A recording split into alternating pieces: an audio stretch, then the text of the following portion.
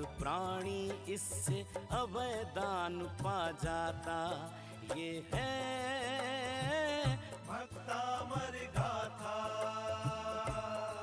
है तो जाने के लिए हम विचार करते हैं। डॉक्टर बुलाता है और आप फटाक से चले जाते हो, और संत बुलाता है, अरे महाराज जी सोचेंगे, विचार करेंगे, अभी परिवार वालों से पूछेंगे, उसके बाद फिर आपके पास आएंगे। अब आप सोचिए, आप जब तक नेगेटिव क्षेत्र में रहोगे तो यह भक्तामर आपको कभी पॉजिटिविटी नहीं दे सकता है। कुरुक्षेत्र में युद्ध हुआ, आप सभी को मालूम है वह क्षेत्र का निरीक्षण कैसे किया गया। श्रवण कुमार के बारे में आपने सुना कि श्रवण कुमार ऐसी जगह पर पहुंच गए, ऐसा क्षेत्र का प्रभाव पड़ा, वो अपने माता पिता को छोड़ने तैयार हो गए। माता पिता ने कहा बेटा बस मुझे इस क्षेत्र से आगे निकाल दे, उसके बाद मैं अपने आप तीर्थ यात्रा कर लूंगी। जैसे ही श्रवण कुमार अपने माता पिता को उस एरिया से बाहर लेके जाते हैं, हाथ जोड़ के वह श्रवण कुमार खड़ा हो जाता है माता पिता के सामने, उससे बहुत बड़ी भूल हुई है। माता पिता कहते हैं बेटा तेरे से भूली हुई है, इस क्षेत्र का ऐसा प्रभाव है, क्षेत्र की वजह से तेरे मन के अंदर इस प्रकार के भाव पैदा हुए हैं, इसलिए आपका क्षेत्र अच्छा होना चाहिए। सही क्षेत्र पर बैठ करके आप भक्तामर की साधना करें। मैं आपको भक्तामर हीलिंग आपको सिखाऊंगा। चातुर्मास के अंदर आप पूरे आत्मीयता के साथ इस भक्तामर की हीलिंग को सीखिए। लेकिन जब मैं आपको भक्तामर हीलिंग सिखाऊंगा, आपका एक क्षेत्र निर्धारित होना चाहिए। भले ही आपका घर हो, लेकिन उस घर में एक ऐसा कमरा निर्धारित कर लेना कि आपके अलावा उस कमरे में कोई न जाए, तब भक्तामर का पूरा प्रभाव आपके जीवन पे पड़ेगा।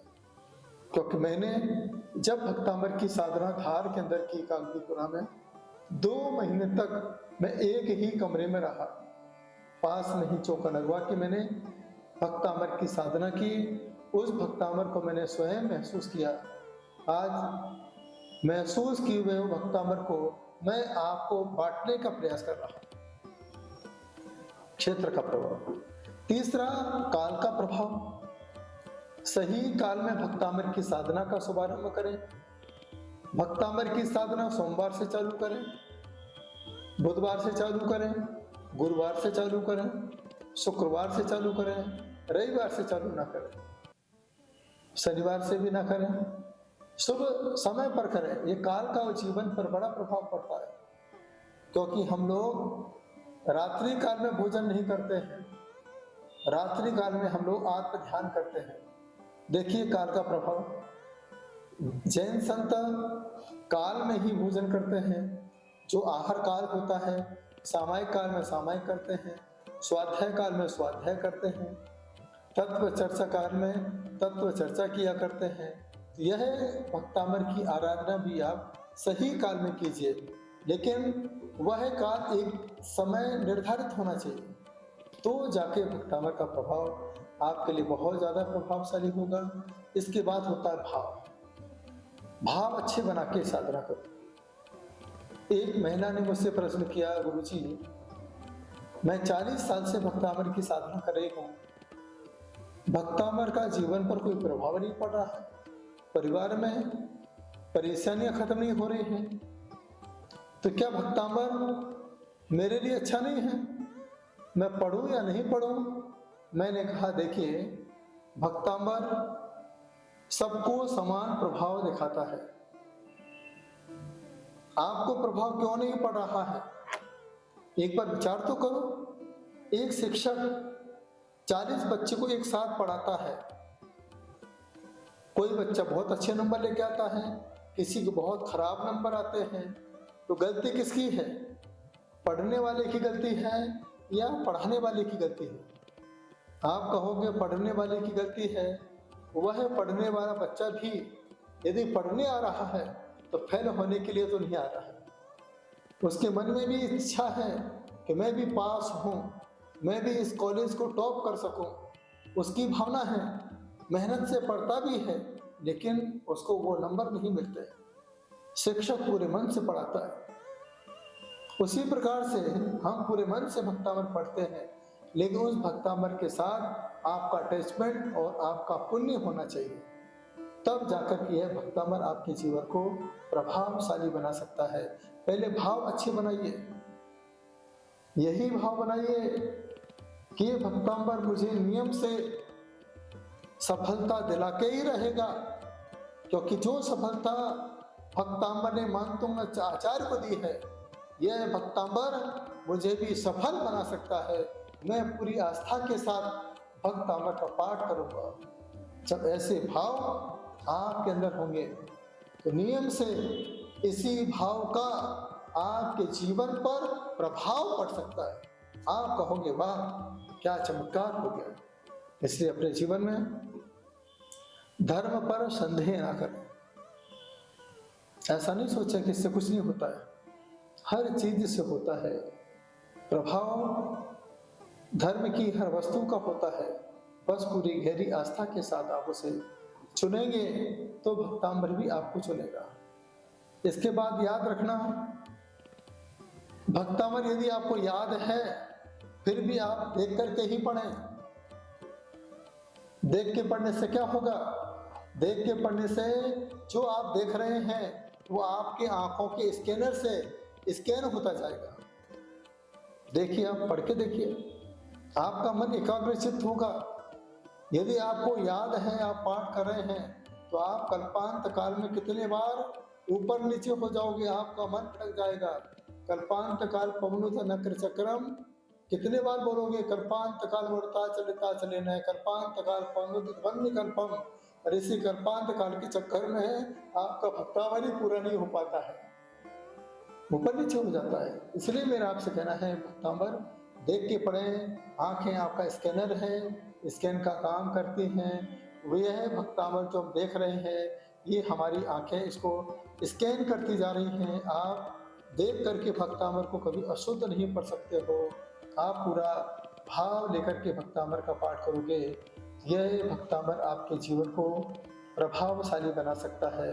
क्योंकि जब कोई स्कैन नोट पर करते हैं या किसी बार कोड पर करते हैं, तो वह अपने आप बता देता है कि बार कोड के अंदर क्या है, नोट में क्या है। हर चीज़ एक स्कैनर आपको बता देता है। इसी प्रकार से आपकी आंखें अपने आप बता देती हैं कि भक्तांबर शुद्ध है या अशुद्ध है। मंदिर में भी जाओ, भगवान को आंखें लगा करके टकटकी लगा के देखोगे, यह आपकी आंखें उस प्रतिभा को स्कैन कर लेंगी। फिर आप कभी भी संसार में भटक नहीं सकते हो कि यह भक्तांबर अपने आप में ही बहुत पावरफुल है। द्रव्य के साथ, क्षेत्र के साथ, काल के साथ और भाव के साथ इस भक्तांबर का पाठ पढ़ोगे, यह भक्तांबर स्तोत्र आपके जीवन को प्रभावशाली बना सकता है। जो आपने चाहा है भक्तांबर आपको दे सकता है। ये प्रश्न कुछ आप लोगों के माध्यम से हमारे पास तक आए थे, मैंने आपको उसका जवाब दिया है। और भी कोई क्यूरियोसिटी आपके मन में हो, आप नीचे जो कमेंट से रहता है भक्तांबर वाले बाबा यूट्यूब चैनल के माध्यम से आप दीजिए प्रश्न।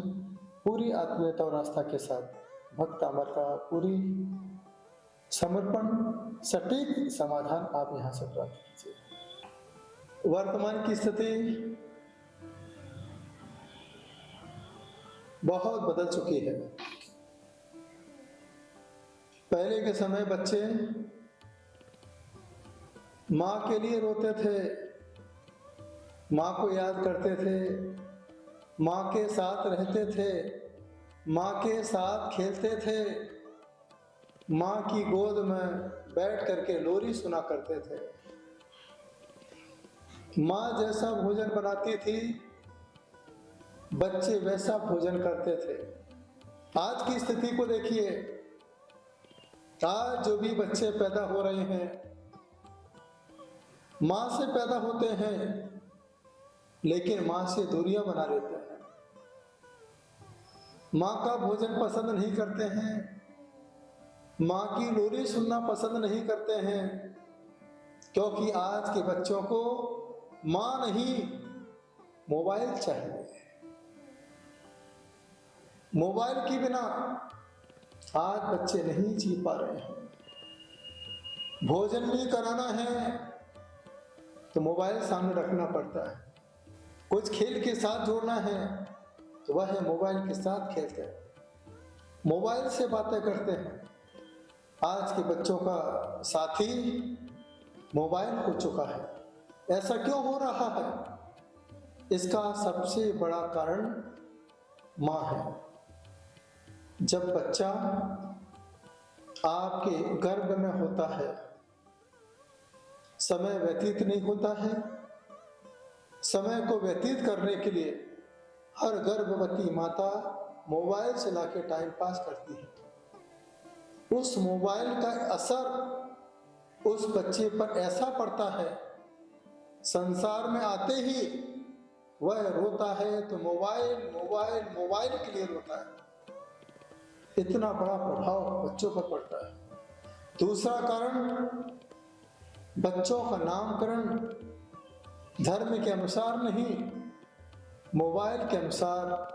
मोबाइल में गूगल में जाके सर्च करते हैं, कुछ नया नाम होना चाहिए।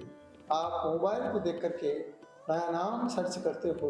उसके बाद बच्चों का नामकरण धार्मिक पद्धति से नहीं, संस्कारी नाम के साथ नहीं, भौतिकता के साथ जुड़े हुए नाम के साथ बच्चों का नामकरण किया जाता है। क्या पड़ेगा बच्चों पर प्रभाव? कैसे बच्चे आपके साथ रहना पसंद करेंगे? कैसे बच्चे आपकी बातें मानेंगे?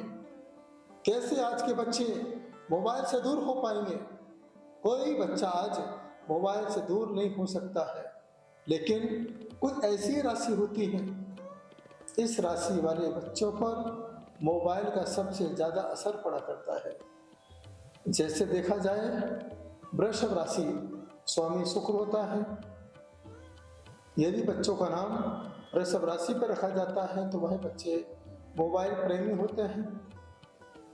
इसके बाद मिथुन राशि स्वामी बुध है, बुद्धि के साथ पैदा हुआ है, कुछ नया सीखना चाहता है तो वह मोबाइल के साथ अपना जीवन यापन करता है।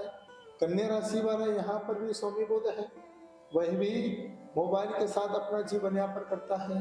इसके साथ धनु राशि, कुंभ राशि और मीन राशि, वह बच्चा अपने आप को गुरु मानता है, वह मोबाइल के साथ अटैच हो जाता है। ऐसे तो देखा जाए सारे बच्चे मोबाइल के साथ अटैच हैं, क्योंकि हमने मोबाइल से बच्चों को अटैच किया है। जब बच्चा माँ माँ माँ माँ चिल्लाता है तो माँ अपने से छुटकारा पाने के लिए बच्चे के हाथ में मोबाइल पकड़ा देती है।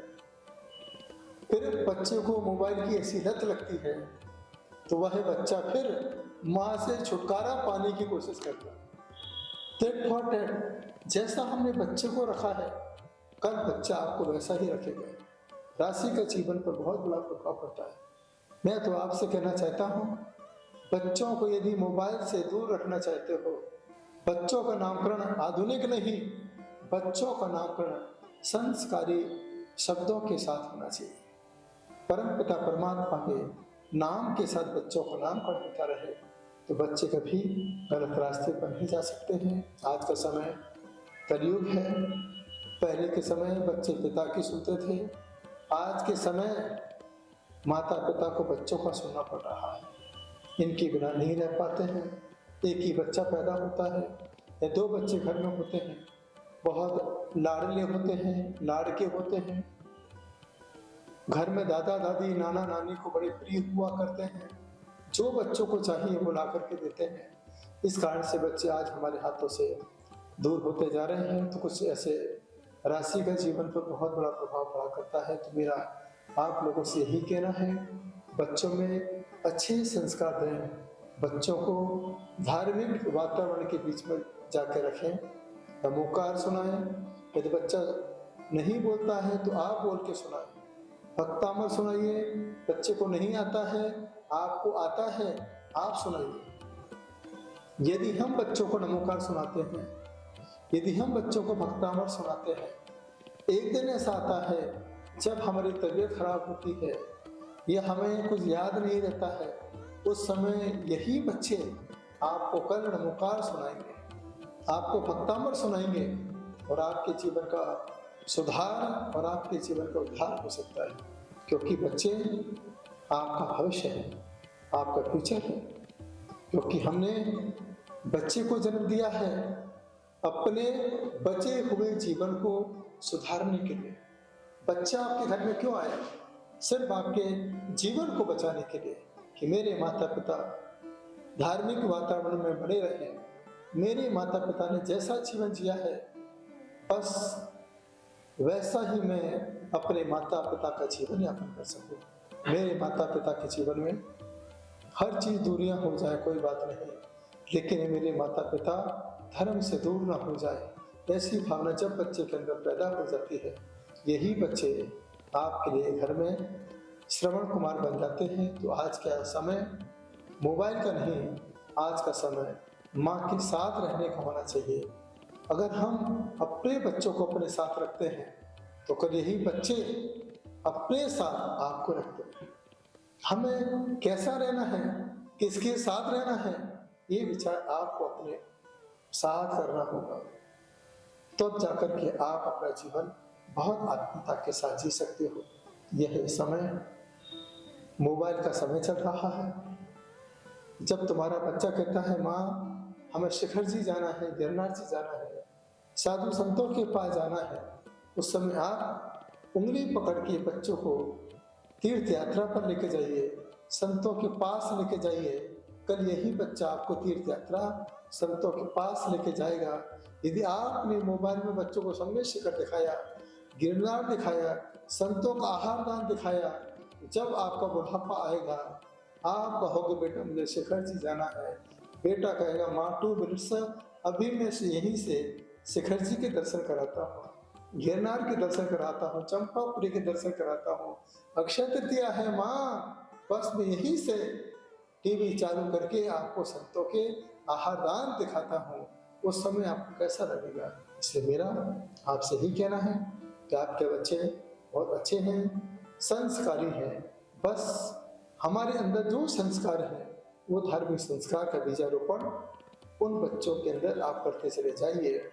बस यही बीज कल बड़ वृक्ष का रूप लेकर के आपको छाया दे सकते हैं, जीवन दान दे सकते हैं, और एक दिन यही बच्चे आपको भगवान की छत्र छाया में ले जाकर के आपका मरण अस्पताल नहीं समाधि के साथ शांत भाव के साथ करा सकते हैं। तो इस राशि वाले बच्चे मोबाइल का ज़्यादा उपयोग करते हैं, ऐसे तो सभी राशि वाले करते हैं।